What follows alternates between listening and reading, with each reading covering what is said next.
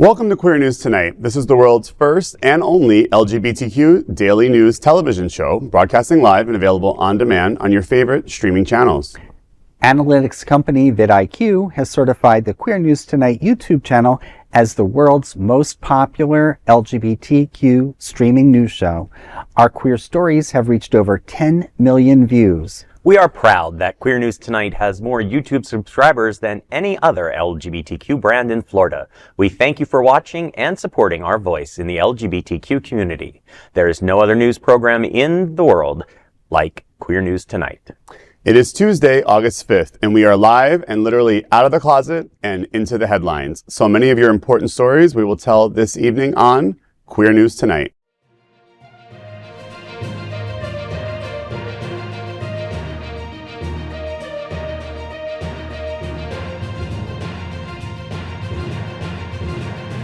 You're watching Queer News Tonight, the world's first daily LGBTQ evening news show. Welcome to the world's most important LGBTQ evening news show. Hotspots Magazine, Happening Out Television Network, is a nonprofit 501c3 media company in the same model as PBS and NPR, but designed for the LGBTQ community. Our nonprofit mission is to support the 11 pillars of our LGBTQ community. We want to inform and educate on the key issues of lesbian, trans, Latino, Black, healthcare, seniors, students, faith, social justice, business, and queer culture. Help us support our diverse community. We are part of one of the largest LGBTQ nonprofit media companies in America, Hotspots Magazine and Happening Out Television Network. In 2025, our magazine is celebrating 40 years of the LGBTQ experience, and Queer News Tonight is celebrating our 5th anniversary with more than 10,000 LGBTQ television stories. We present Pride Fête in August and Pride Fort Lauderdale early next year. Our magazine, events, and television news, talk, and entertainment shows support our mission to educate the LGBTQ and broader community. In 2025, more than 100 community leader anchors will host this show to support the LGBTQ community. Let's meet today's anchors at Queer News Tonight. Let's welcome anchor Larry Farver. Larry has over 20 years of experience in human resources, acting, film, radio, TV, live events, parade and float design, production, and casting. He is also a board member of the West Side Association. Larry, shred it and forget it. Free document shredding returns to Wilton on August 23rd. Tell me what's happening out. Sure. On Saturday, August 23rd from 9 to 11, Wilton Manor's residents and business owners will gather at City Hall's Hagen Park parking lot for a free community shredding event hosted by Coastal Waste and Recycling Partnership with the Red Shredder. The event will offer secure, confidential shredding of paper documents and hard drive punching services. Participants will be required to show proof of residence or valid business tax receipt. Each household or business will be allowed up to 6 file boxes of paper. Items must be free of binders and hard covers, though staples and paper clips are acceptable. City staff will assist with unloading, and attendees can either drop off materials or stay to watch the shredding process. All paper shreds will be recycled into new products, keeping waste out of our landfills. More details are available at wiltonmanors.gov. Well, I'm involved in the West Side Association, as many of you know, so certainly I support our mayor and our commissioner's vision in the town to be earth-friendly. I know I tend to be a pack rat. Believe it or not, I'm going on 6 years living in Wilton Manors as a transplant from the greater New Jersey, New York area, and I still have things I need to shred. It's sort of like, do I really need to keep this? You know, and even with the 7-year rule, I still have things. So I encourage people to go out. It's a good time to clean out and renew. But, you know, also we like to put the message out there because it's a narrow window. It's 9 to 11. And, you know, I know last year I missed it. I thought 9 to 11. I got there at like quarter to 12. Early, Larry. Yes. I'm one of those, I might like to watch it because Yes. I'm one of those people that likes like the videos of people peeling things or popping pimples, like those weird things. So I think I might show up. Shredding fetish. Shredding fetish. I might show up just to watch. There you go. We've hosted this event at a previous brokerage firm that I worked for clients, and it was wildly popular. It's something I tell clients all the time that keep like statements and bank statements. As a financial advisor, I tell them, like, please don't keep lots of paper that you don't need with important information on it, because again, it is just something to either have stolen or end up in the wrong hands. So if you don't need it, shred it and get rid of it, and doing it in a safe environment where you know where the paper is going. Yeah. Ripping it over your garbage can, you would be surprised, especially in various neighborhoods, that people will actually steal your garbage to try to put together some of that information and recreate it. So shred it and forget it. So I hope everyone will be out there and get their papers destroyed. Destroyed. Oh my goodness. Well, Queer News Tonight looks forward to seeing you at the free document shredding returns to Wilton on August 23rd. That is a big LGBTQ story for today. There is no other queer nonprofit media platform like this in the entire world. Support our LGBTQ stories by subscribing and sharing Queer News Tonight. Now let's welcome Dr. Tai Houser. He is a professor of English and Humanities at Broward College and Florida Atlantic University. Tai, the free live theater returns with The Boys in the Band at Richardson Park starting August 29th. Tell me what's happening out. Plays of Wilton, POW! Will bring free live theater to South Florida with a special performance of The Boys in the Band by Mart Crowley. The production will take place indoors at Richardson Park in Wilton Manors as part of the new POW in the Park initiative in collaboration with the City of Wilton Manors and the Wharton Foundation. The play will feature Michael, a New Yorker, hosting a birthday party for his friend Harold. As the drinks flow, humor turns sharp and the party game reveals long-buried truths among the group of gay friends. This bold and iconic work will be staged from August 29th, aiming to make powerful theater accessible to all. With this launch, POW in the Park sets out to create a vibrant space for storytelling, inclusion, and community connection. POW in the Park is a new initiative that aims to bring free theater to South Florida residents. Admission is free, and audiences can reserve their tickets and get updates at powinthepark.com. Well, obviously, I love this initiative. I've been to some of the shows already, and we were just talking beforehand about the last one, The Sound of Music, which was such a popular one. I've never actually seen Boys in the Band performed live, so I'm interested in. I'm excited. In seeing it. Yeah, it should be really great. Yeah, and the progression of what the arts community that's coming to Wilton Manors, I think, is showing that Wilton Manors is growing up a little bit. It's kind of now in the same vein as a Palm Springs or other kind of gay enclaves that have a lot more entertainment. P-Town, where there's a lot more entertainment, and we really didn't have a lot of these things in Wilton Manors or on a bigger scale. And I love seeing that they're bringing, just new things for residents to do, and, that are kind of outside of either going to a bar, to a nightclub. There's a lot more entertainment. So definitely check this out. And, it is a great show to see. Well, we hope we will see you all at the Boys in the Band at Richardson Park on from August 29th. That is a big LGBTQ story for today. There is no other queer nonprofit media platform like this in the entire world. Support our LGBTQ stories by subscribing and sharing Queer News Tonight. And of course, let's welcome tonight's lead anchor, Jeff Oliverio. Jeff Oliverio is founder and president of the Hollywood LGBTQ+ Council and serves as co-chair for the upcoming 5th annual My Hollywood Pride, which returns in January 2026. He also serves on the Save Gala Committee. Jeff is a director and certified financial planner with Truist Wealth based in Fort Lauderdale. Jeff, the Bears of South Florida water taxi cruise returns on August 27th. Tell me, what's happening out? Well, the Bear on the Square, Fort Lauderdale community will set sail once again with its much-loved water taxi cruise on Wednesday, August 27th from 6:30 to 8:30 p.m. This 2-hour cruise promises scenic waterfront views, a lively social atmosphere, an open bar, and light snacks to keep the spirits high. Hosted in Fort Lauderdale, the cruise will welcome up to 100 guests, offering a relaxing yet festive evening tailored especially for the local Bear community and allies. Tickets go on sale on August 9th at 10 a.m. Given limited capacity and the strong demand from previous events, the organizers expect tickets to sell out quickly. The Bears of South Florida I'm not a good bear. Florida is a safe and welcoming space for the bear community to socialize and engage in fundraising activities to benefit the local LGBTQ community. More details and ticket access will be available at BOSFL.org. The Bears of South Florida does a lot of good work for the community. The water taxi, if you've not ever done it before, it's a great way to see Fort Lauderdale.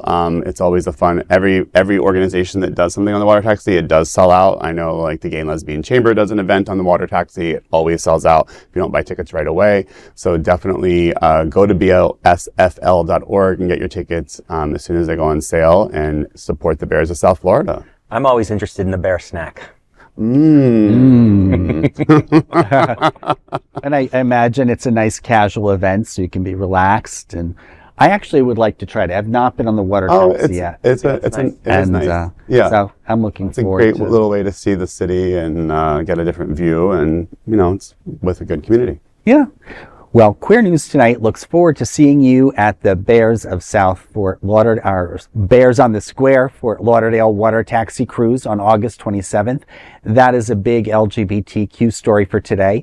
There is no other queer nonprofit media platform like this in the entire world. Support our LGBTQ stories by subscribing and sharing Queer News Tonight.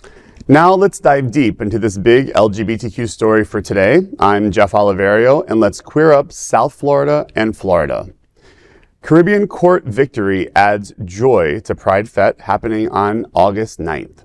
In a landmark ruling just days ahead of the August 9th Pride Fête celebration in Wilton Manors, the Eastern Caribbean Supreme Court has struck down St. Lucia's colonial-era laws criminalizing same-sex intimacy. The court declared that laws prohibiting so-called gross indecency and bougerie are unconstitutional, ending decades of legal threats against LGBTQ plus people in the island nation. While the St. Lucian government had stopped enforcing these laws, activists say their very existence was harmful. The suit was filed in 2019 by the Eastern Caribbean Alliance for Diversity and Equality, which has also helped overturn similar laws in Antigua and Barbuda, Barbados, St. Kitts and Nevis, and Dominica. Only Grenada retains its law among those originally challenged. Meanwhile, Trinidad and Tobago's decriminalization was reversed earlier this year on appeal, and countries like Jamaica, Guyana, and St. Vincent and the Grenadines continue to criminalize same-sex relations. Kenita Placide, the executive director of the alliance, called the ruling more than a legal win. Quote, "Today's ruling is not just a win in the courts, it also represents a step towards justice for the many lives lost to violence simply for being themselves. It signals that our Caribbean can and must be a place where all people are free and equal under the law," end quote. This human rights victory resonates powerfully with the queer community across the world, especially across South Florida as the Caribbean LGBTQ community gets ready to celebrate Pride Fête. It is South Florida's only Caribbean queer festival. From St. Lucia to Wilton Manors, the message is clear. Pride is resistance and change is possible. You can celebrate St. Lucia's big social justice win and the entire diversity of the South Florida's LGBTQ Caribbean community by attending Hotspots Happening Out's Pride Fête this Saturday in Wilton Manors. You can get complete details at pridefete.lgbt. Well, the story around St. Lucia, I think, is interesting, again, for any of us who have traveled to the Caribbean. I went to St. Lucia, I think, like 5 years ago with my partner and my son. We actually won a 7-night stay in St. Lucia at an LGBTQ fundraiser. So we can just put that there. And when I won it, I kind of didn't really pay attention to what Caribbean place we were going to. I just thought, it's at a LGBTQ event. So, and then I looked it up and I was like, ooh, I'm not really so sure that I want to go to St. Lucia. But, and we were at an all-inclusive resort and I was with, a family resort. So, I didn't feel overwhelmingly welcome at the time, not that we had anyone that had done anything outwardly. But, again, having these laws overturned or having the laws in place just gives people that right to kind of treat our community in a certain way. So I'm happy to see this. I know, of South Florida friend, Benjamin DaCosta, is actually living in St. Lucia. He's worked in the LGBTQ community for many years. He's working for Windjammer Resorts in St. Lucia. I saw that he posted today about the story. Windjammer was, if you're a Housewives of Beverly Hills fan, they just filmed maybe Atlanta. They filmed at Windjammer Resort this year, and he's been doing a lot of publicizing about St. Lucia becoming more LGBTQ friendly. So I think that should be, a good sign for them. And again, beautiful island. A lot of the people that I met, beautiful people. So this is a good move forward. Yeah, and just keep up the good work, because we're overturning those one island at a time, one island nation at a time. The colonial era stuff has needed to go for a long time now. The colonies are no longer. Yeah, absolutely. And I think they also see the power of the gay community in terms of revenue. Certainly if you're on a cruise ship, you want to be welcomed. I remember many years ago, we were kind of given a heads up. Well, just be a little more conservative when you get off at that port out of the 7 or 8 that we were on. And we really had no problems. The people were lovely, like you said. Sure. But, it's just good to get that heads up. But it really should be that you can get off anywhere and not have to have a disclosure like that. Absolutely. And let's not forget the big story here in Wilton Manors to celebrate Pride Fête this weekend. It's an amazing event. I've gone a couple of past years.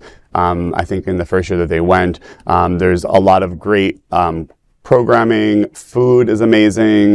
Music is amazing. There's a costume contest where you can win $1,000. There's a VIP section that will give you access to air conditioning. And if you've been outside any days in the last 2 weeks here in South Florida, you will definitely want air conditioning. It is hotter than the Caribbean here in South Florida. So check out that, $55 if you buy them in advance to get VIP and some free drinks. And it's a great event. Come support the LGBTQ community here in South Florida. And that is a big LGBTQ story for today. There is no other queer nonprofit media platform like this in the entire world. Support our LGBTQ stories by subscribing and sharing Queer News Tonight. Now let's dive deep into this big LGBTQ story for today. I'm Larry Farver, and let's queer up lesbians and queer women. Hell Motel is the bloody queer thriller we deserve. Shudder's new horror series, Hell Motel, is raising chills and eyebrows for all the right reasons. It premiered on Shudder and AMC+, and this limited series from slasher creators Aaron Martin and Ian Carpenter is already making noise in the LGBTQ world. That is thanks to its proudly lesbian leads, unapologetic queer identity, and buckets of blood. The 8-episode series follows Ruby and Portia, played by Bryn Godinier and Michelle Nolden, who buy the infamous Cold River Motel, the site of a decades-old satanic mass murder. Their goal? Turn it into a true crime-themed curio museum. But the grand opening takes a terrifying turn when a masked killer named Baphomet crashes the party. Ruby and Portia's relationship is at the core of Hell Motel. Together, they're messy, real, and refreshingly complex, far from the horror genre's usual sidelining of queer women. Helping seal the deal on this motel is a scene-stealing realtor played by Canadian drag superstar Isis Couture. More than just blood and guts, Hell Motel satirizes true crime obsession of modern influencer culture. 10 social media personalities are lured to the motel's launch, only to find themselves picked off one by one. Critics are calling it a smart, savage look of how tragedy is monetized for entertainment. Hell Motel is proof that queer horror is ready to slay. Can't you just hear Gay Christmas, Halloween approaching soon? Well, I'm kind of excited. I heard, mixed reviews about this, but I think I'm ready for a horror movie that has a gay genre. Mm-hmm. Certainly it is nice to see 2 women who aren't going to be knocked off in the beginning of the movie, which sometimes happens, unfortunately. But I'm also glad to, find out that Eric McCormick of Will and Grace and many other great things, as well as Atticus Mitchell and Emmanuel Kabongo and Sean Benson are in the film, and there's many notable others, too many to name. But if they have 10 people who are social influencers who are going to be picked off, I'm sure it's going to be a good time. There seems like there's always another streaming service that we can get into, and there are good and bad things about that. One of the good things that comes with all of these kinds of different services is that we're able to explore maybe these more niche ideas or more less commoditized, less money, less money making things than if it were network television. So I like the idea that we're creating more complex characters. We're giving these women like real stories. Although I'm not a huge horror fan, so I don't know. I'm not a horror fan, but I am a true crime fan. So this play on the true crime obsession. I always say before I go to bed at night to my partner, I just need a show about murder so I can really relax and go to sleep. So any kind of true crime. So this is kind of funny that they're doing a kind of a take on the obsession. Does he have his own room? Yeah. And Halloween being right around the corner, I was out shopping this weekend, and there is Halloween in the stores. It's hot here in South Florida. It's August, but Halloween is right around the corner. So get in the Halloween spirit and get your pumpkin spice latte ready and watch Hell's Motel. Hell's Motel? Yes. Well, that is a big LGBTQ story for today. There is no other queer nonprofit media platform like this in the entire world. Support our LGBTQ stories by subscribing and sharing Queer News Tonight. Now let's dive deep into this big LGBTQ story for today. I'm Tai Houser. Let's queer up politics. Trump's Marie Antoinette moment, let them eat cake, trends for $200 million White House ballroom. In a move critics are calling his Marie Antoinette moment, President Trump has unveiled plans for a $200 million gold-accented ballroom at the White House, just weeks after cutting Medicaid, stripping health insurance from 17 million Americans. The announcement confirmed that construction on the extravagant ballroom will begin this fall, attached to the East Wing. The White House insists the project will be privately funded, but the timing has ignited outrage, especially among those already struggling with medical costs and economic instability. Trump, however, has defended the plan, calling it a legacy project, adding, "When it rains, it's a disaster," referring to the inconvenience of past outdoor events. The administration says the 90,000 square foot ballroom will match historic White House design and accommodate up to 650 guests. Still, the backlash was swift and started the let them eat cake trend online, with users likening the move to the excesses of Versailles and the monarchy that sparked the French Revolution. Marie Antoinette was rumored to have said, "Let them eat cake," when told the poor had no bread. Though she likely never uttered those words, they came to symbolize elite indifference in the face of public suffering. That moment in history fueled rage and helped ignite the French Revolution. Now, critics say Trump's decision to build a gold ballroom while millions lose health care echoes that same kind of callousness. One viral post read, quote, "Listen, man, if you want to live in the Palace of Versailles, then that's fine, but you can't act surprised when the people eventually start sharpening the guillotine." Others were more direct, quote, "Americans out here working 50 and 60 hours a week with multiple jobs, juggling bills, food, and necessities, living from paycheck to paycheck, going through natural disasters one after the other, and this is what this piece of shit is doing." Critics also pointed to Trump's obsession with gold-plated decor, from the Oval Office to the now paved-over Rose Garden. For many in the LGBTQ+ community already navigating healthcare barriers, the symbolism of golden halls built over basic needs is a bitter pill to swallow. Gay Twitter is full of comments calling the White House the new Mar-a-Lago North, and it wasn't a compliment. So, the White House itself contains about 55,000 feet of floor space. 90,000 square foot ballroom is going to dwarf the White House. Sounds very Trump-like. It does. And all that gold, how tacky can one person be? Well, I guess we know. Yes. I guess we know. And if you believe that this is going to be privately funded, I got a wall I'd like to sell you against Mexico. Well, I actually might debate that, because when the story is mentioning privately funded, Trump has made this. He was actually interviewed this morning on CNBC talking about the tariffs, and in a lot of the tariff agreements with some of the countries has been investments in America. That he's saying that. And this morning on CNBC, he literally said, I forget what country it was. Europe is giving us $650, billion, whatever the amount was, right, that I can do whatever I want with it. Like, basically, he called it like a signing bonus, is how he described it on the news this morning. Wow. That they're basically, and it's basically a legal or illegal bribe. And that's when he's saying privately funded, it means if you want sway with the president, make a huge donation to the building of this ballroom and I'll pass something that you want to get passed, or I'll write an executive order that will benefit you. So I do believe it'll probably be privately funded, meaning it'll be greased over so that he will promote something, whether it's crypto or whether it's, whatever the cause du jour is that you can pay him off with, he is open for bribes. Absolutely. Well, and there probably won't be any little golden acknowledgments or plaques acknowledging the countries. And I wonder, or you don't even want to think about it, which countries we may not want those types of bribes from. Absolutely. So, this story reeks of a lot of scandal and misappropriation of funds. And, listen, Trump is a real estate developer who has and as he built casinos in New Jersey, as you know, failed at that many, many times as well. So let's see if he can get this bill. And he was just literally spending the last 2 weeks criticizing the Federal Reserve for building a excessive building for the Federal Reserve. So now he's going to do the same thing at the White House. But hypocrisy is never lost on him.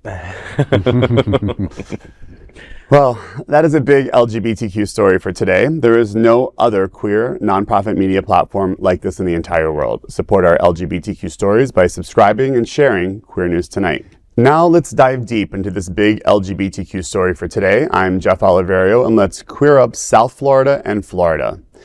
Delray Beach forced to remove Pride intersection amid state pressure.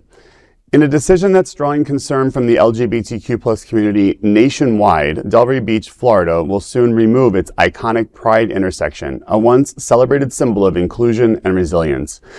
While removal of the Pride intersection was being fought by the city and activists, it appears the decision is now final.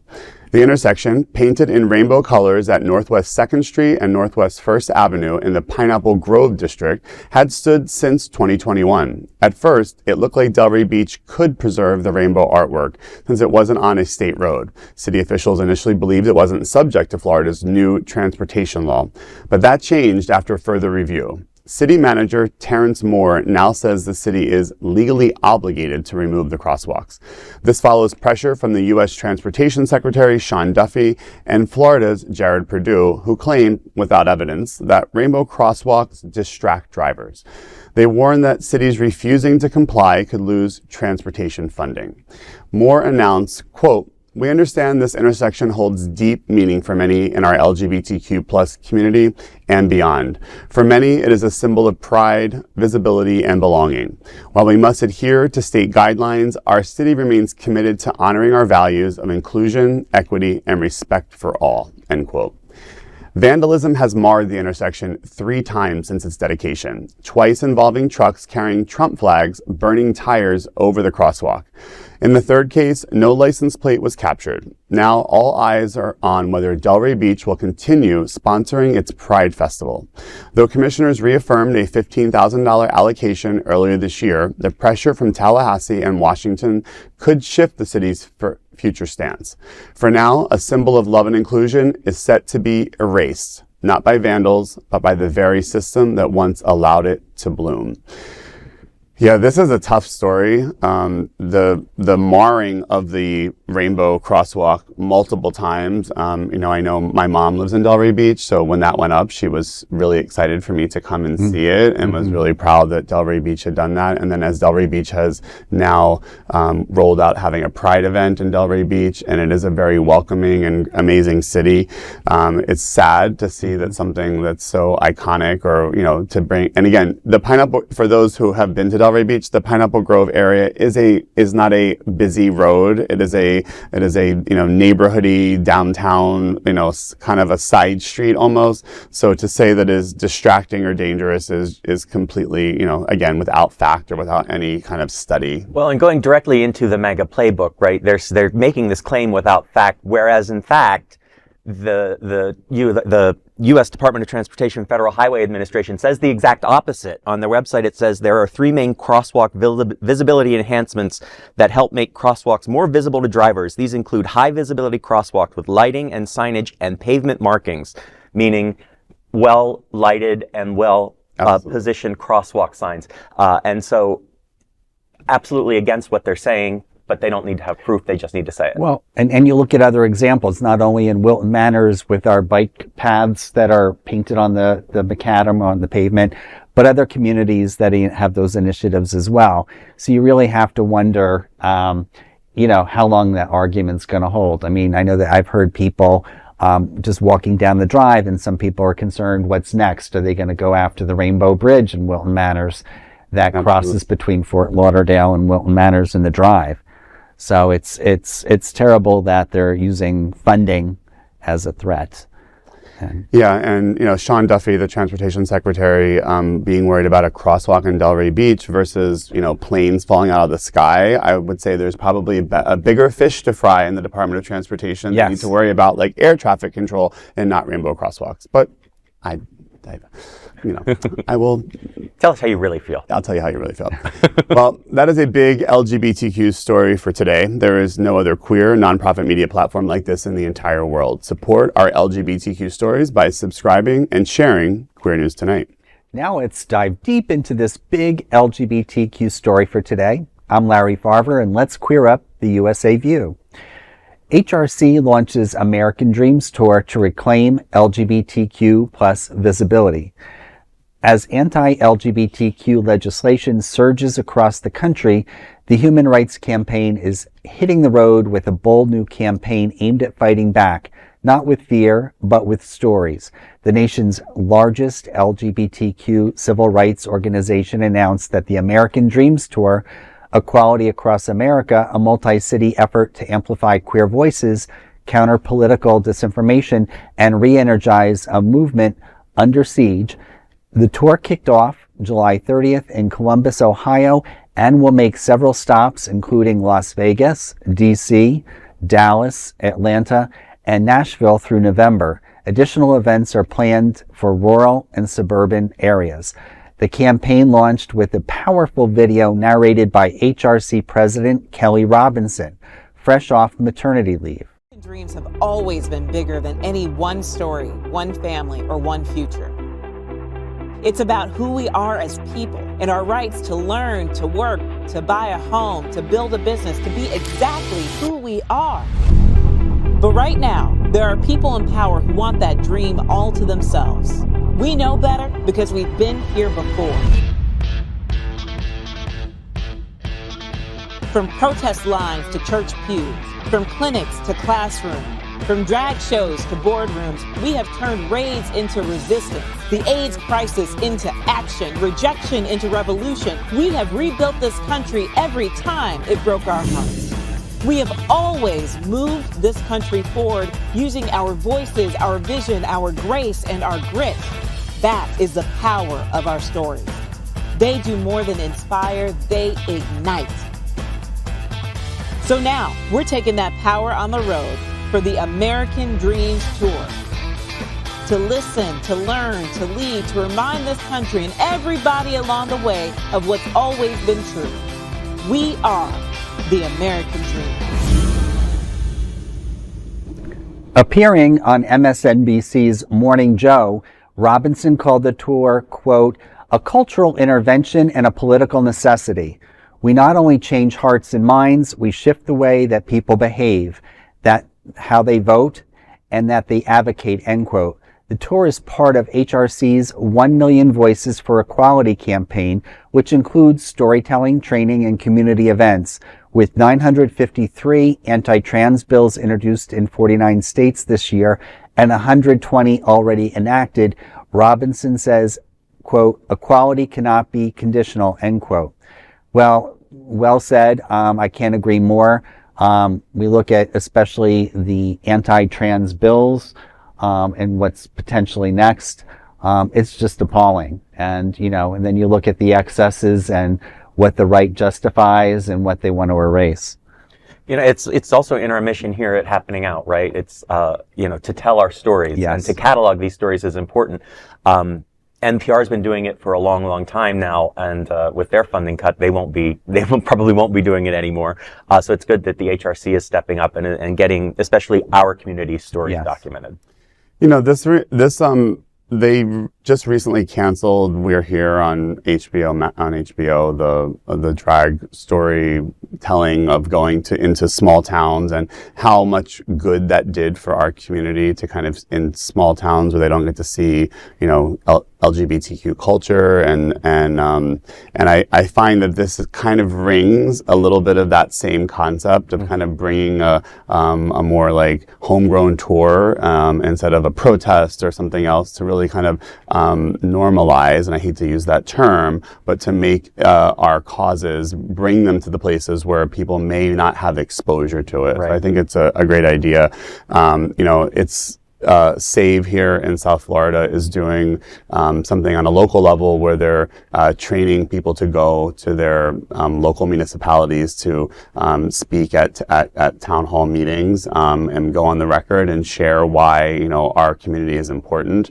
And I think we all need to do things like this. Kind of just putting ourselves out there and why, because again the media puts a lot of us kind of at odds with each other, and I think what the HRC is doing is really smart. It's really smart. It is. Yeah. And Kelly has a really, if you ever catch her interviews, is just a great voice for our community. So, well, that is a big LGBTQ story for today. There is no other queer nonprofit media platform like this in the entire world. Support our LGBTQ stories by subscribing and sharing Queer News Tonight. Those are today's headlines from Queer News Tonight. These anchors represent the best of our LGBTQ community. If our community is important to you, share the news with your friends and family. Join the conversation on your favorite streaming platform. Queer News Tonight is the only live LGBTQ digital television show in the world that is out of the closet and into the headlines. We need your support. If our community is to grow and then thrive, we must tell our stories and bring them to the attention of the broader world. This is the only place in the world that tells these types of LGBTQ stories in motion and sound. That is the passion of Hotspots Magazine, Happening Out Television Network, and Queer News Tonight. I'm your anchor, Jeff Oliverio, and I wish you a fabulous evening on behalf of these LGBTQ reporters, the anchors of Queer News Tonight, including Larry Farver and Dr. Tai Houser. We will see you daily at 8 p.m. To our LGBTQ world, we hope you will join us by embracing love, generosity, bravery, be transformative, and queer. Good night.